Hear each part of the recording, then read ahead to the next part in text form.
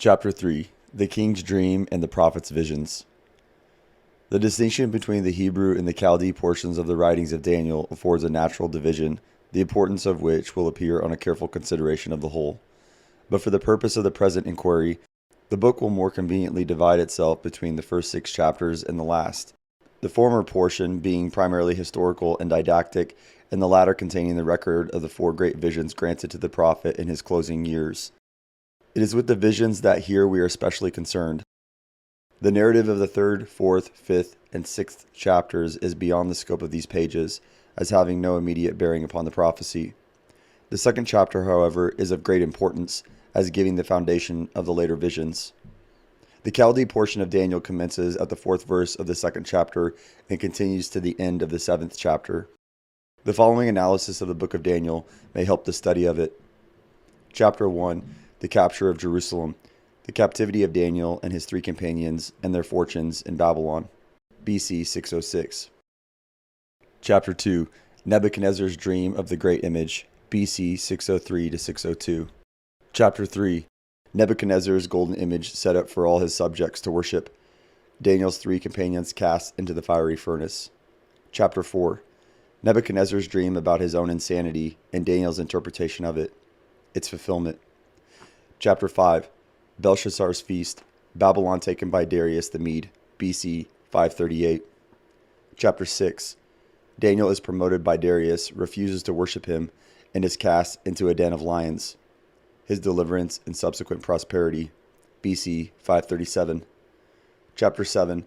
Daniel's vision of the 4 beasts, BC 541. Chapter 8. Daniel's vision of the ram and the goat, BC 539. Chapter 9. Daniel's prayer, the prophecy of the 70 weeks, BC 538. Chapters 10 through 12. Daniel's last vision, BC 534. In a dream, Nebuchadnezzar saw a great image, of which the head was gold, the breasts and arms silver, the body brass, the legs iron, and the feet partly iron and partly potter's ware. Then a stone, hewn with hands, struck the feet of the image, and it fell and crumbled to dust, and the stone became a great mountain and filled the whole earth. The interpretation is in these words, Daniel 2:37 through 45. Thou, O king, art a king of kings, for the God of heaven hath given thee a kingdom, power, and strength, and glory. And wheresoever the children of men dwell, the beasts of the field and the fowls of the heaven hath he given into thine hand, and hath made thee ruler over them all. Thou art this head of gold, and after thee shall arise another kingdom inferior to thee, and another 3rd kingdom of brass, which shall bear rule over all the earth. And the 4th kingdom shall be as strong as iron, for as much as iron breaketh in pieces and subdueth all things, and as iron that breaketh all these, shall it break in pieces and bruise. And whereas thou sawest the feet and toes part of potter's clay and part of iron, the kingdom shall be divided, but there shall be in it of the strength of the iron. For as much as thou sawest the iron mixed with miry clay, and as the toes of the feet were part of iron and part of clay, so the kingdom shall be partly strong and partly broken. And whereas thou sawest iron mixed with miry clay, they shall mingle themselves with the seed of men, but they shall not cleave one to another, even as iron is not mixed with clay. And in the days of these kings shall the God of heaven set up a kingdom which shall never be destroyed, and the kingdom shall not be left to another, but it shall break in pieces and consume all these kingdoms, and it shall stand forever. For as much as thou sawest that the stone was cut out of the mountain without hands, and that it brake in pieces the iron, the brass, the clay, the silver, and the gold, the great God hath made known to the king what shall come to pass hereafter. And the dream is certain, and the interpretation thereof sure. The predicted sovereignty of Judah passed far beyond the limits of mere supremacy among the tribes of Israel. It was an imperial scepter which was entrusted to the son of David. I will make him my firstborn, higher than the kings of the earth. Psalm 89:27. All things shall fall down before him. All nations shall serve him. Psalm 72:11.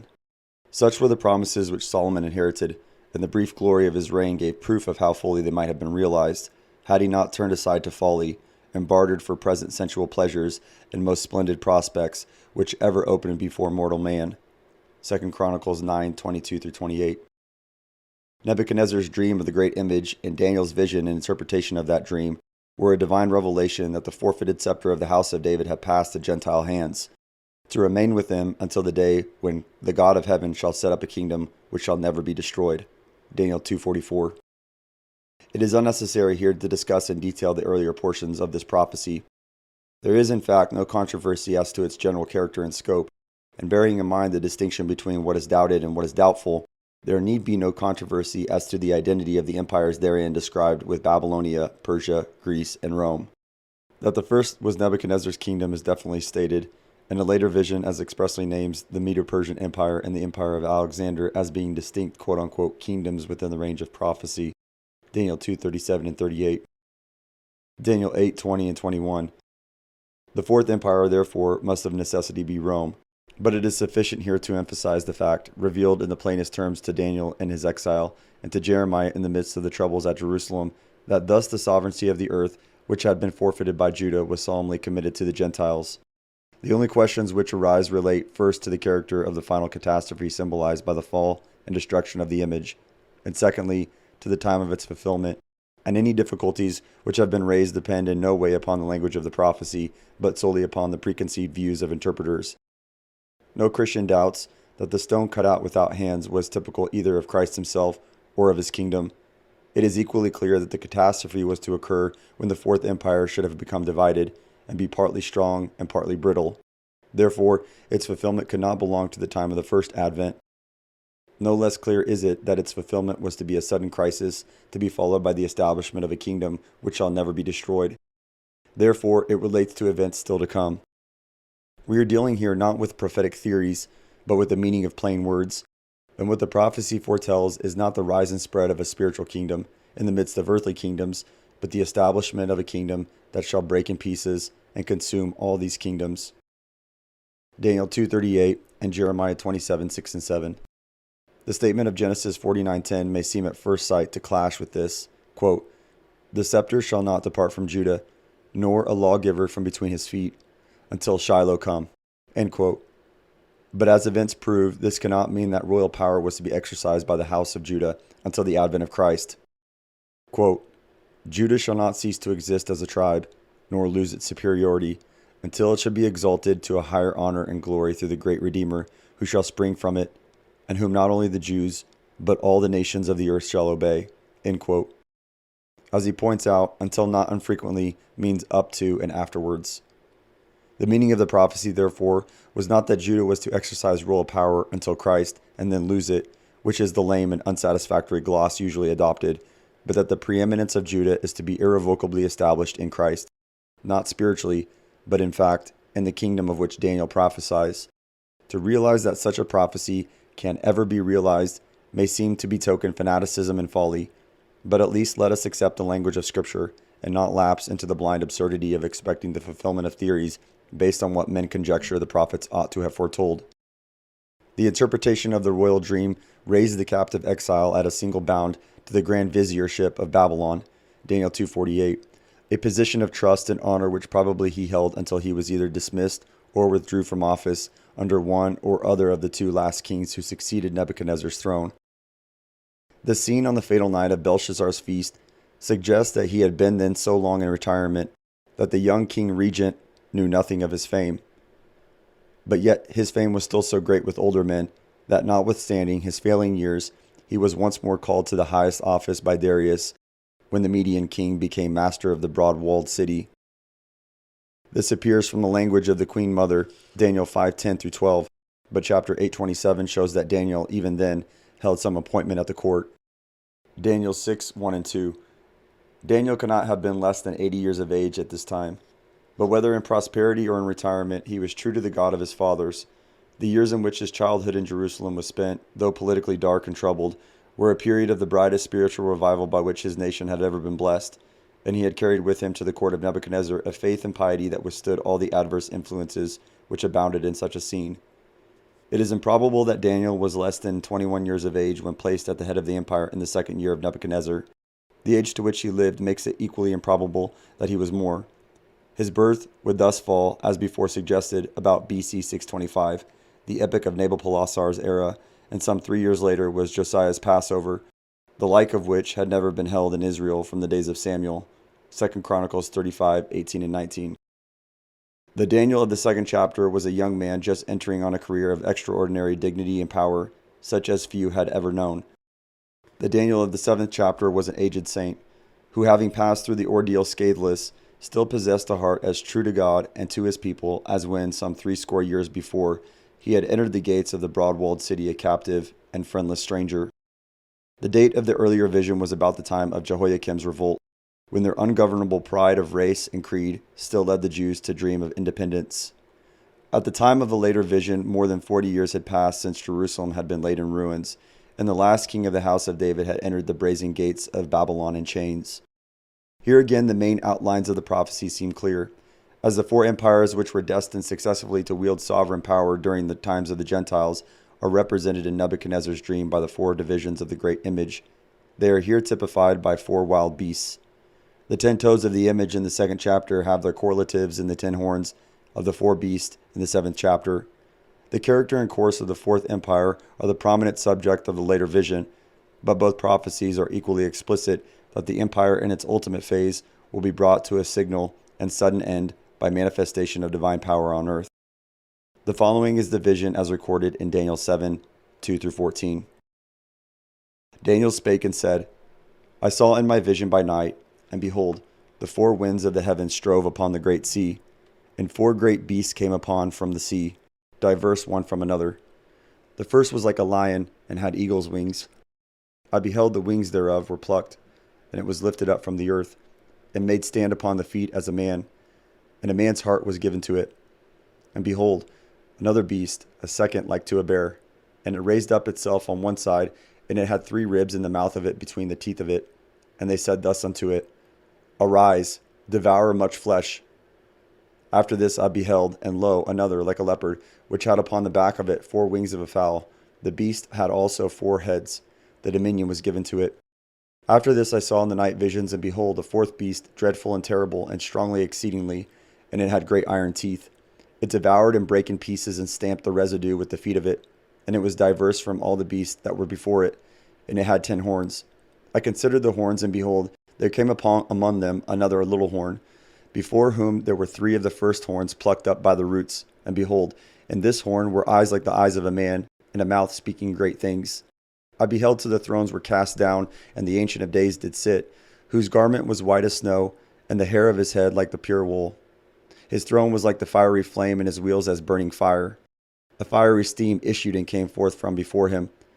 Thousands ministered unto him, and 10,000 times 10,000 stood before him. The judgment was set, and the books were opened.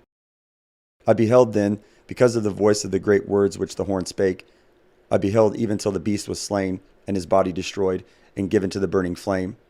As concerning the rest of the beasts, they had their dominion taken away, yet their lives were prolonged for a season and a time. I saw in the night visions, and behold, one like the Son of Man came with the clouds of heaven, and came to the Ancient of Days, and they brought him near before him. And there was given him dominion and glory and a kingdom, that all people, nations, and language should serve him. His dominion is an everlasting dominion, which shall not pass away, and his kingdom that which shall not be destroyed. The details of the vision, though interesting and important, may here be passed unnoticed, for the interpretation given of them is so simple and so definite that the words can leave no room for doubt in any unprejudiced mind.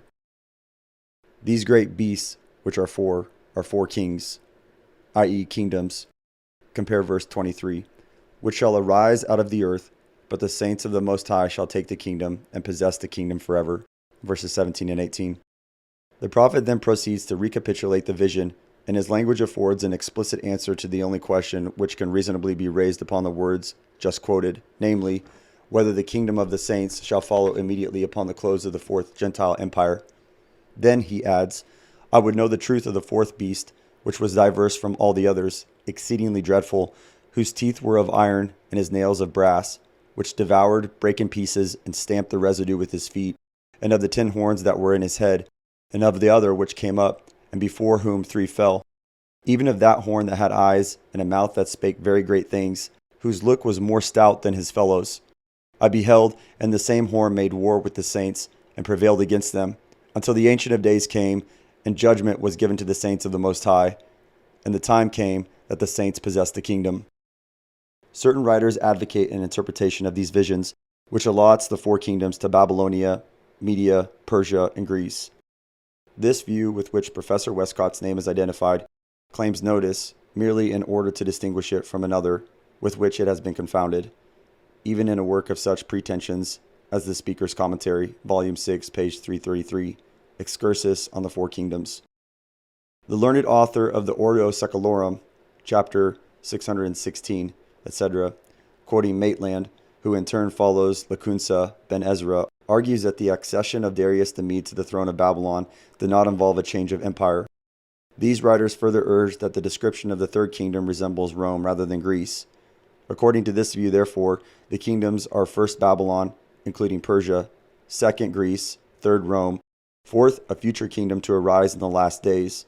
But as already noticed, the book of Daniel expressly distinguishes Babylon, Medo-Persia, and Greece as quote-unquote kingdoms within the scope of the prophecy. Such was the prophet's inquiry. Here is the interpretation accorded to him in reply. Quote, "The fourth beast shall be the fourth kingdom upon the earth, which shall be diverse from all kingdoms, and shall devour the whole earth, and shall tread it down, and break it in pieces. And the 10 horns out of this kingdom are 10 kings that shall arise, and another shall arise after them, and he shall be diverse from the first, and he shall subdue 3 kings. And he shall speak great words against the Most High, and shall wear out the saints of the Most High, and think to change times and laws, and they shall be given into his hand, until a time and times, and the dividing of time. But the judgment shall sit, and they shall take away his dominion, to consume and to destroy it unto the end. And the kingdom and dominion, and the greatness of the kingdom under the whole heaven, shall be given to the people of the saints of the Most High, whose kingdom is an everlasting kingdom, and all dominions shall serve and obey him." Daniel 7:19-27. Whether history records any event which may be within the range of this prophecy is a matter of opinion. That it has not been fulfilled is a plain matter of fact. The Roman earth shall one day be parceled out in 10 separate kingdoms, and out of these shall arise that terrible enemy of God and his people, whose destruction is to be one of the events of the second advent of Christ. The state of Europe at or after the dismemberment of the Roman Empire has been appealed to as a fulfillment of it, ignoring the fact that the territory which Augustus ruled included a considerable district both of Asia and Africa. Nor is this all. There is no presumption against finding in past times a partial accomplishment of such a prophecy, but the fact that 28 different lists, including 65 quote-unquote kingdoms, have been put forward in the controversy is a proof how worthless is the evidence of any such fulfillment. In truth, the historical school of interpreters have here, as on many other points, brought discredit upon their entire system, containing as it does so much that claims attention.